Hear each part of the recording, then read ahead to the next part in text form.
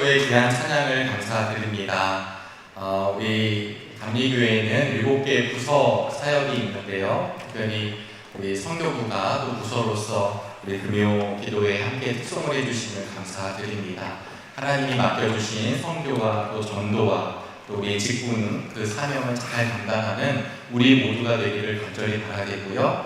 우리 찬송의 가사처럼 어두운 밤이 쉬될 터인데 그럴 때 우리가 우리의 사역과 하나님이 맡겨주신 일들을 뒤로 미루는 것이 아니라 오늘 아멘하며 충성할 수 있기를 주님의 이름으로 축복합니다.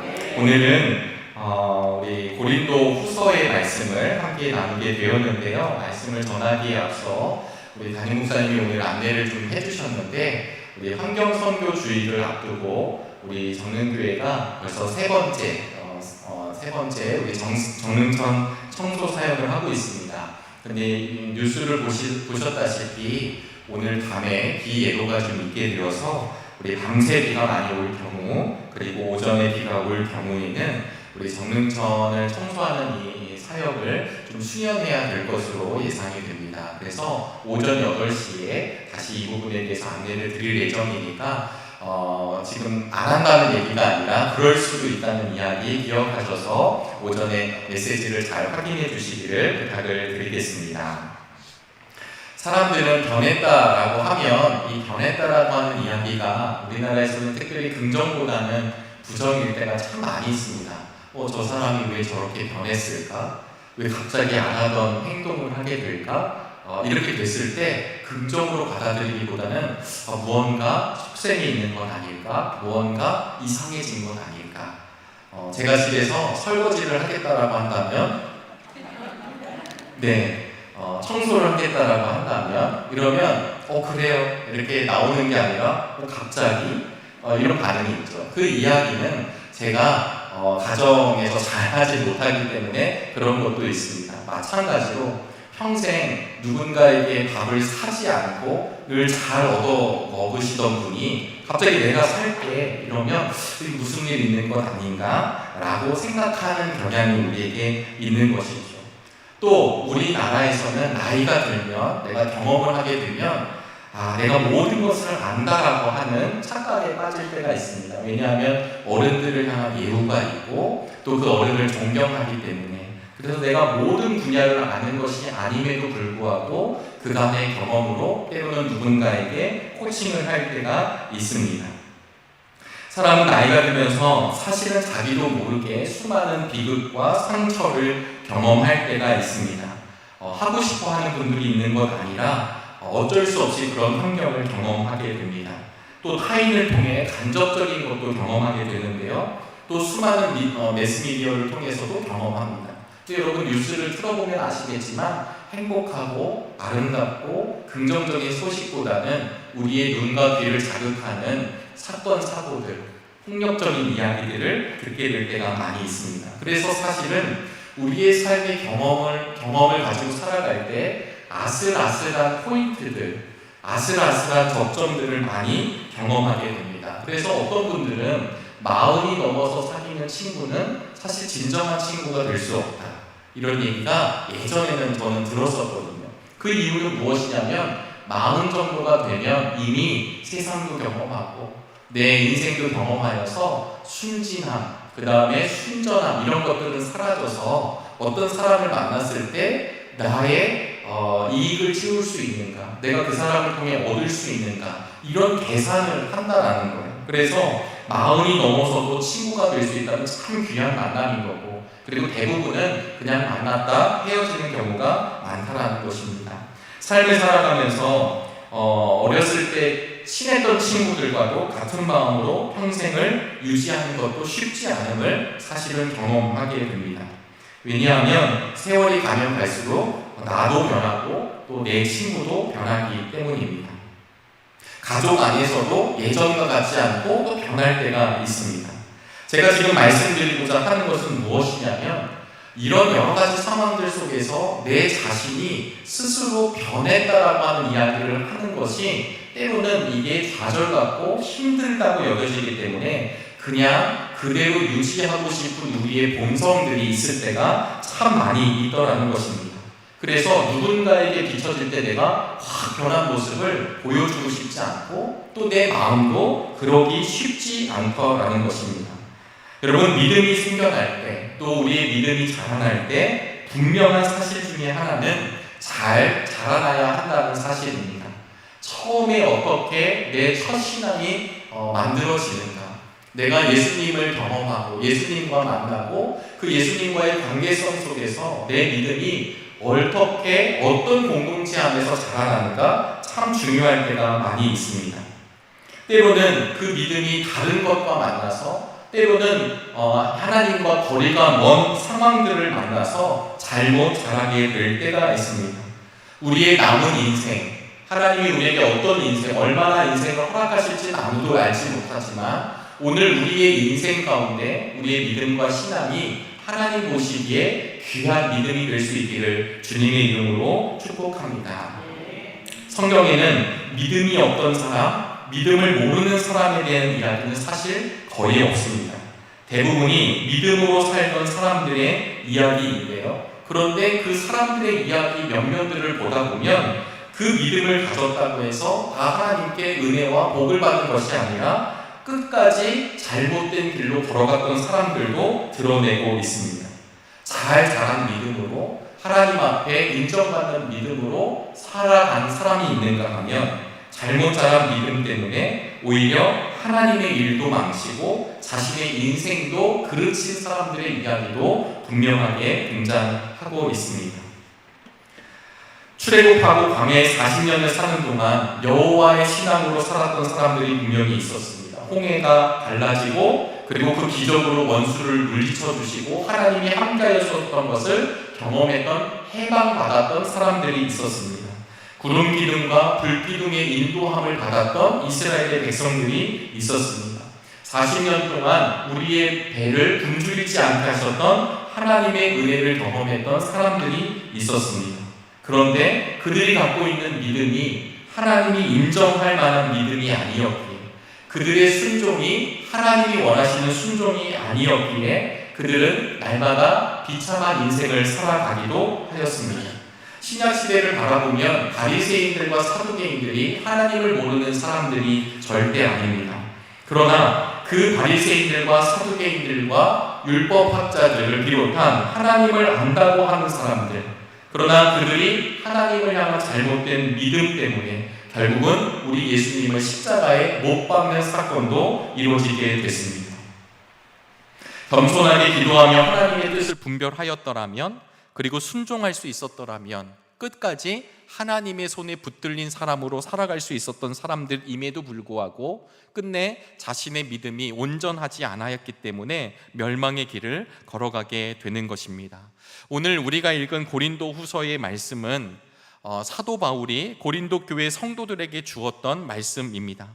바울은 고린도 교회에 보낸 편지 속에서 오늘 17절과 같은 말씀을 하는데요, 우리 개역개정 성경으로 다시 한번 읽어보도록 하겠습니다. 우리 한번 읽어보시겠습니다. 시작. 누구든지 그리스도 안에 있으면 새로운 피조물이라. 이전 것은 지나갔으니 보라 새 것이 되었도다. 아멘. 여러분, 예수님이 우리의 구원자가 되시고 우리 예수님 때문에 살아가는 우리 정릉의 성도님들이십니다. 이렇게 바른 믿음으로 살아가게 되면 그 믿는 사람들의 공통된 고백이 무엇이냐면 주님 안에서 새로워졌다라고 하는 것입니다. 주님 안에서 달라졌다라고 하는 것입니다.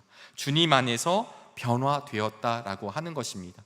이 달라지고 변화되고 새로워졌다라고 하는 이야기는 생명이 있을 때 가능한 이야기입니다. 자기를 깨지 않고 자기를 포기하지 않고 그리스도를 따른다라고 이야기했을 때 따르는 척은 할 수 있지만, 조금은 따라가 볼 수는 있지만 종국에는 자기 육신에 넘어지고 마는 것입니다. 육신을 십자가에 달지 않고 주님과 같이 동행할 수 있다라고 하는 것은 분명히 잘못 자라는 믿음입니다. 믿음은 하나님 앞에서 나를 부인하고 우리 예수님을 따르는 것입니다. 그래서 바울은 예수님을 가리켜 15절과 같이 오늘 이야기하는데요, 우리 15절 말씀을 함께 읽어보도록 하겠습니다. 그런데 그리스도께서 모든 사람을 위하여 죽으신 것은 이제부터는 살아있는 사람들이 자기 자신들을 위하여 살아가도록 하려는 것이 아니라 자기들을 위하여서 죽으셨다가 살아나신 그분을 위하여 살아가도록 하려는 것입니다. 아멘. 즉 예수님을 믿는 사람들, 예수님을 따르는 사람들, 우리 교회에 속한 믿음의 성도들은 예수님이 나와 우리를 위해 죽으셨다고 믿는 사람들이며 이제 나를 위해 살아가는 사람들이 아니라 그 예수님을 위해 사는 사람이 되어야 함을 고백하고 있습니다. 뒤집어 이야기하면 내가 구원받은 백성, 믿음의 성도, 주님의 제자, 하나님의 자녀로 살아간다라고 이야기하면서도 여전히 나를 위해, 자기를 위해 육신을 부여잡고 두려워 떨고 사는 인생은 사실 바른 믿음의 길을 걷는 것이 아니라는 것입니다. 이 믿음은 세월이 갈수록 두려움과 초조함으로 초라한 것이 될 수밖에 없음을 이야기합니다. 기라성 같은 목사님들도 막판이 되어서 또 때로는 어떤 큰 문제 앞에 넘어지는 것을 우리는 목도합니다. 기라성 같은 목사님들도 넘어지시고 기라성 같은 장로님들도 넘어지시고 때로는 권사님들과 집사님들도 넘어지십니다. 여러분, 그 넘어질 때 내가 평생을 주님과 함께 살겠다라고 이야기하면서 그 마지막 가장 결정적인 순간에 그것을 놓지 못한다라는 것을 반증하는 것이기도 합니다. 예수님의 구원, 예수 구원을 받았다라고 하는 것은 결국은 육신의 죽음을 극복하고 부활의 소망을 갖고 있는 것입니다. 주님이 말씀하셔서 정말 그 말씀대로 살아가는 것, 주님과 동행하는 은혜가 우리 안에 있게 될 때 우리는 우리 안에 참 기쁨이 넘치게 될 줄로 여겨집니다. 생명은 움직입니다. 생명은 자라납니다. 생명은 세상을 밝게 합니다. 제가 늘 말씀드리지만 한 가정에 아이가 태어나면 대성통곡하는 집은 없습니다. 그 아이 때문에 너무 행복해하고 그 생명 때문에 그 가정과 그 가문이 활기가 돋는 것을 우리는 경험하고 있습니다. 우리 무지개 마당을 비롯해서 우리 교회 곳곳 마당마다 사실 겨울에는 다 죽은 듯 보여졌지만 지금 이렇게 여름 한철에는 푸릇푸릇하고 꽃들이 심겨지고 그리고 열매를 맺게 되고 그 풍성함을 경험하게 됩니다. 왜냐하면 그 안에서 자라나기 때문입니다. 사실 없는 것이 아니라 죽은 것이 아니라 생명이 있는 자리에는 반드시 세상을 밝게 비추어주며 살맛나게 만드는, 신명나게 만드는 세상을 하나님은 허락해 주시는 줄로 믿습니다.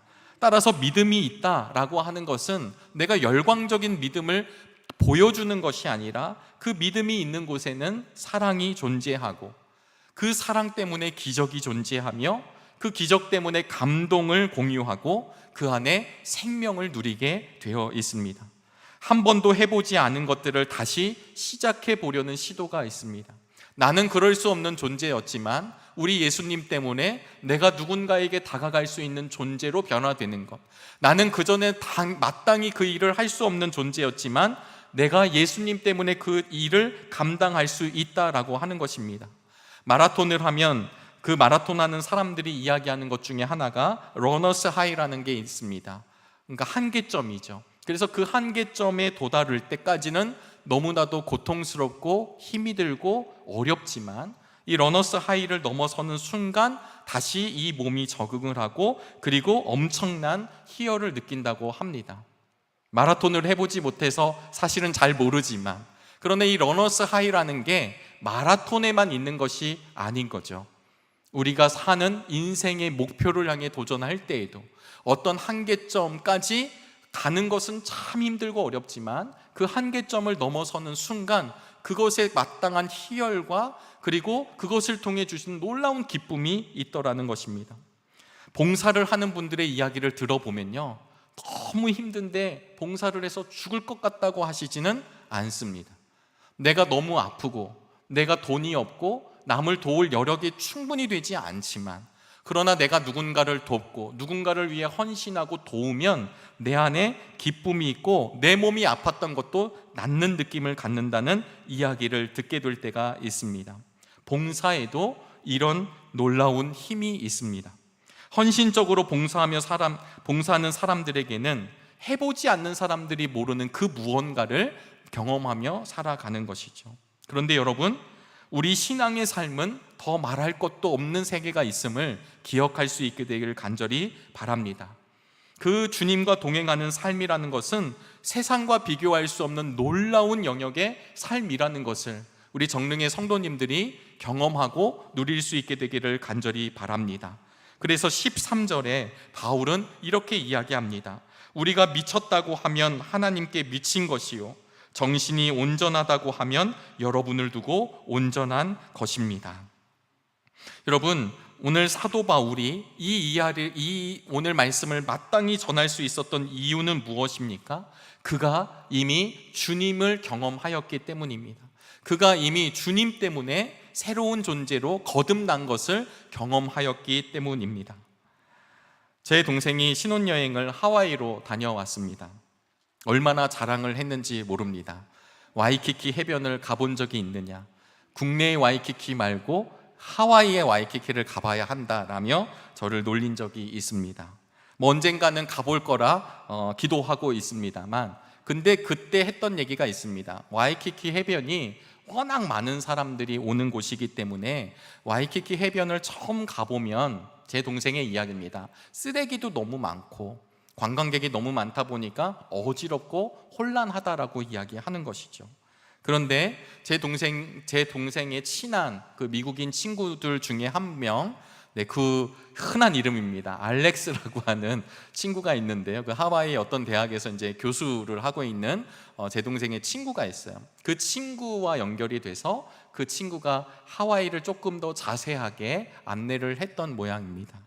그러면서 경험했던 것이 있는데, 그것이 무엇이냐면 와이키키 해변, 누구나 가는 해변을 넘어서서 더 깊은 바다로 간 것입니다.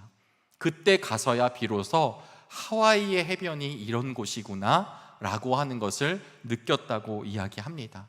저는 그 말을 들으면서 어떤 생각이 들었냐면, 수많은 사람들이 믿음의 깊은 세계를 경험하기 전에 무언가 사람들 사이에 불편한 문제들, 그리고 내가 갖고 있는 관념, 내가 갖고 있는 신념, 내가 갖고 있는 생각에 위배되는 어떠한 상황들을 보면서 나 스스로 실망하여 스스로 포기할 때, 사실 신앙은 그것으로 재단하거나 내가 알고 있는 것이 전부가 아니라 더 깊고 더 넓은 것이 있음을 성경의 믿음의 선배들, 또 우리 정릉의 믿음의 선배님들, 수많은 목사님들이, 수많은 영적 리더들이 그 이야기를 한 것입니다.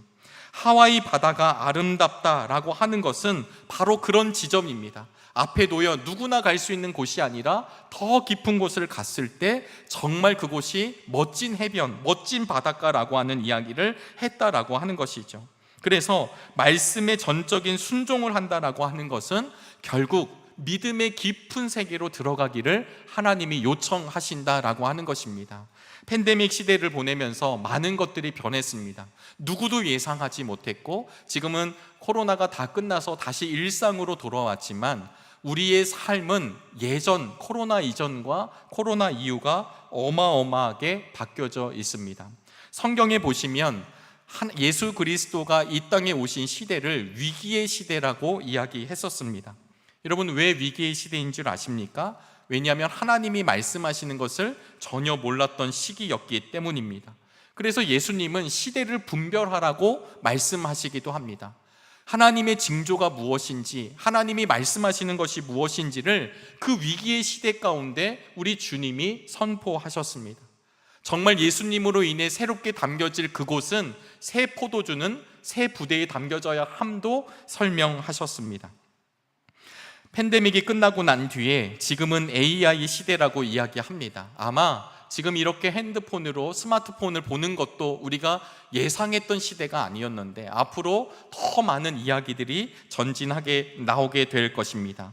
근데 어떤 학자가 이런 이야기를 했는데 제가 한 가지만 말씀드리도록 하겠습니다. 그 이야기는 무엇이었냐면, 유발 하락이라고 하는 사람이 21세기를 위한 21가지 재현이라는 말에서 이런 이야기를 했습니다. 팬데믹 이후의 교육은 지식을 전달하는 교육이 아니라 우리가 사는 시대를 올바로 이해하고 그 속에서 사는 나는 누구인지 올바로 파악하는 교육이 되어야 합니다. 이렇게 교육을 받은 사람은 아무리 AI와 테크놀로지가 발달해도 그것들의 지배를 받지 않을 것입니다. 그러나 그렇지 않은 사람은 AI와 테크놀로지가 시키는 대로 따라하게 됩니다. 그렇게 되면 정말 AI와 테크놀로지가 사람을 지배하는 세상이 되는 것입니다. 여러분, 이것은 무신론자의 이야기입니다. 그냥 어떤 교육학자의 이야기입니다. 그런데 여기에서도 이야기하는 것이 무엇이냐면 자기의 정체성 그리고 시대를 분별하지 않으면 따라가는 사람이 되고 결국은 흡수된다라는 이야기를 하는 것이죠. 오늘 본문에서는 사도 바울이 예수 그리스도의 사람들을 뭐라고 표현하고 있냐면 새로운 존재라 표현하고 있습니다. 새로운 피조물이라, 번역에 따라서는 새로운 자아, 번역에 따라서는 새로운 창조, 새로운 인간으로 번역을 할 수도 있지만 새로운 피조물이라는 말로 우리는 번역이 되어 있습니다. 왜 새로운 사람이 필요한가? 우리가 그저 예수님을 믿으면 새로운 존재로 거듭나게 됩니다. born again 하게 됩니다. 그래서 잘 믿게 됩니다 라고 하는 뜻이 있는 것이 아니라 사실은 고린도 교회 성도들을 향해서 사명까지 연결되고 있음을 기억하실 수 있게 되길 소망합니다. 여러분, 우리 안에 가장 큰 적 중에 하나는 자포자기하는 것이라 저는 생각합니다. 거대한 흐름 앞에, 큰 힘 앞에 초라함을 느끼고 나는 아무것도 할 수 없다라고 하는 것에 엎드려지는 것이죠. 그러나 사도 바울은 그 어마어마한 권력의 시대 앞에서도 고린도 교회 성도들을 향해서 무엇이라 이야기하냐면 누구든지 그리스도 안에 있으면 새로운 피조물이 된다는 이야기를 우리에게 말씀해 주고 있습니다. 새로운 피조물이 된다라고 하는 것은 이전의 것들을 완전히 버린 사람을 의미합니다. 쉬운 성경에서는 이렇게 번역을 하고 있습니다. 새로운 사람은 그의 안에서 예전의 것이 지나가고 새로운 것이 시작된 사람이다. 다시 한번 번역을 들어보면 누구든지 그리스도 안에 있을 때 그것은 완전히 새로운 세상입니다. 갑자기 이전의 것들이 지나가고 모든 것이 새로워집니다 라고 쉬운 성경은 번역을 했습니다.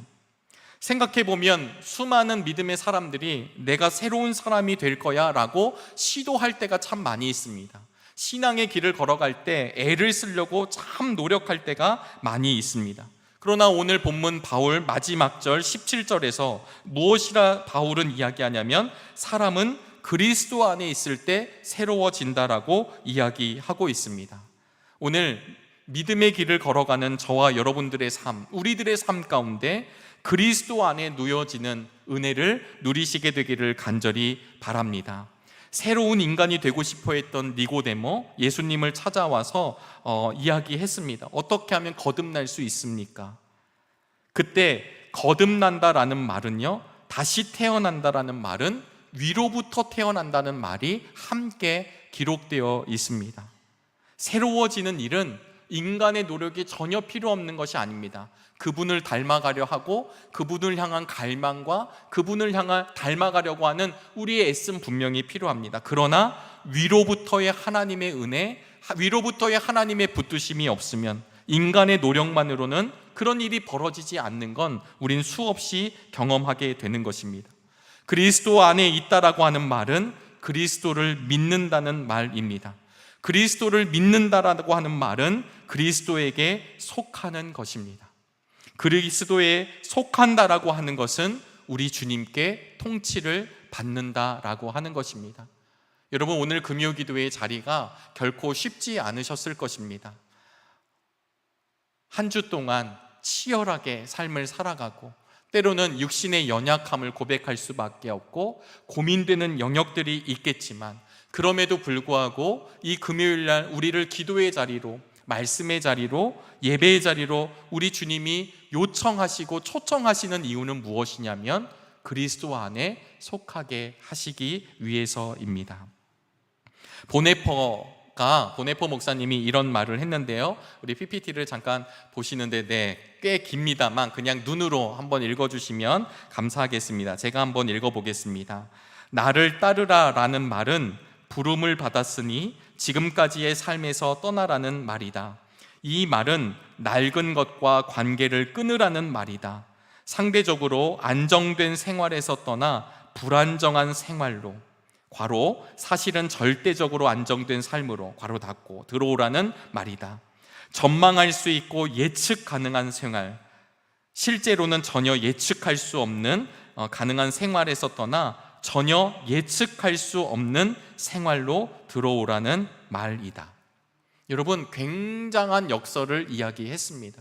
우리가 예수님을 따른다라고 하는 것은 결과적으로는 그분께 속한 것입니다.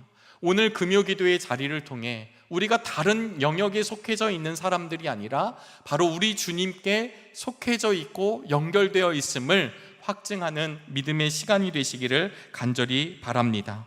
그래서 신앙은 가보지 않는 세계를 걷는 것입니다. 가보지 않는 세계를 향해 나아가는 것입니다. 오늘 말씀의 제목처럼 가보지 않는 세상을 향해 항해를 시작하는 용기가 우리에게 있게 되기를 간절히 바랍니다. 변하지 않기를 원하고 매일 나의 테두리 안에 갇혀 있고 또 안 하던 일을 하면 난 죽을지도 모른다는 생각을 하던 사람, 끝없이 나의 담을 높이 쌓던 사람, 그리고 보호받으려는 사람, 그러나 예수의 십자가에서 내가 죽었다라고 선언하며 나아가는 사람들은 한 번도 가보지 않은 그 땅을 향해 전진하는 사람임을 기억할 수 있게 되기를 간절히 바랍니다. 세상의 사람들은 미련하다 이야기할지 모르지만 일부러 어렵고 힘든 형편으로 나아가는 길, 누구도 원수를 사랑하는 일에 애를 쓰지 않습니다. 원수는 보복으로 갚으면 된다고 하는 시대에 우리에게 주님은 말씀하십니다. 그런 원수까지도 사랑하여라. 내 이웃을 사랑하여라. 정말 하나님의 나라를 위해 나의 일꾼이 되어달라라고 하는 주님의 음성이 우리에게 도전이 되기를 바랍니다. 지금도 이 시대에 우리 예수님 때문에 손해보고, 우리 예수님 때문에 무한당하고, 예수님 때문에 박해를 당하고, 예수님 때문에 심지어 매를 맞고, 심지어 예수님 때문에 죽는 사람들이 아직도 있습니다. 그러나 그런 사람들을 통해 지금도 세상이 얼마나 아름다워지고 있는지, 지금도 얼마나 또 다른 생명의 역사가 일어나고 있는지 여러분들 함께 기억해 주시기를 간절히 바랍니다. 세상의 눈으로는 정릉교회의 사역이, 정릉교회의 외침이 아무것도 아닌 것처럼 느껴질 때도 있습니다. 그러나 우리 교회 성도들이 나가는 그 길 때문에 지금도 하나님의 나라가 확장되고 주님의 교회가 부흥하고 주님의 교회가 견고해지는 은혜를 경험하시게 되기를 간절히 바랍니다. 사람은 누구나 나이가 들면 충격을 받아들이지 못한다고 합니다. 그래서 평안하게 사는 게 제일이라고 합니다. 그래서 집안에 비극적인 일을 당할 때 어르신들에게는 얘기하지 않는 것이 불문율처럼 되어 있습니다. 왜냐하면 그 어르신이 충격을 받게 되시면 죽음에 이를 수 있다라고 하는 경험이 있기 때문입니다. 그러나 예수 믿고 구원받은 사람들, 그리스도 안에 새로운 피조물이라 고백하고 날마다 하늘의 소망을 갖고 사는 사람들은 세상의 충격으로 무너지거나 죽지 않습니다. 이미 그것에 무너질 육신이 십자가에 못 박혔기 때문입니다. 그래서 그 넉넉함과 풍성함으로 세상을 품고 나아가는 것이 우리 믿는 성도들의 능력 있는 삶임을 기억하시기를 간절히 바랍니다.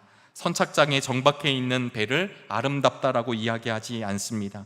그 배가 줄을 풀고 먼 바다를 향해 나아가게 될 때, 그것을 뚫고 나아갈 때 배의 기능이 감당하는 것이고 그 배를 아름답다 이야기합니다. 우리들의 아름다운 믿음은 안 될 것 같지만 주님 말씀하시니 그물을 던진다는 베드로의 믿음이 되어야 합니다. 손해 볼 것 같고 비난받을 것 같지만 하나님이 기뻐하실 것 같은 일을 용기 있게 시작하는 것입니다. 하나님의 도우심으로 험한 세상의 항해를 날마다 흥분하며 신나며 감동하며 할 수 있는 믿음의 능력이 우리의 능력이 되기를 주님의 이름으로 축원합니다. 기도하시겠습니다. 하나님, 오늘도 귀한 기도의 밤을 허락해 주시니 감사합니다. 말씀의 줄을 붙잡는 밤이 되게 하여 주시옵소서. 우리의 정신이 혼탁해지고 때로는 우리의 믿음이 혼란에 빠져 있을 때마다 새로운 피조물로 변화시켜 주시고 붙들어 주시는 우리 주님을 바라보게 하여 주시옵소서. 오늘도 간절한 기도 제목을 안고 주님의 전에 나와 함께 찬양하며 기도할 때 하늘의 문 열어주시고 응답으로 허락하여 주실 줄로 믿습니다. 또한 환우들과 또 우리가 여러 가지 중보기도의 제목을 가지고 함께 기도할 때 하나님 붙잡아 주시고 그 기도의 응답을 함께 경험하도록 은혜를 베풀어 주시옵소서. 특별히 우리 정릉교회가 70주년을 맞이하여 담임 목사님을 중심으로 한 걸음 한 걸음 전진하는 가운데 있습니다. 합력하여 선을 이루는 기쁨 누리게 하여 주시옵시고 우리 정릉교회 70주년을 통하여 하나님 영광 받아 주시옵소서. 이 모든 말씀 살아계신 예수님의 이름으로 기도하옵나이다. 아멘. 우리 들으신 말씀을 기억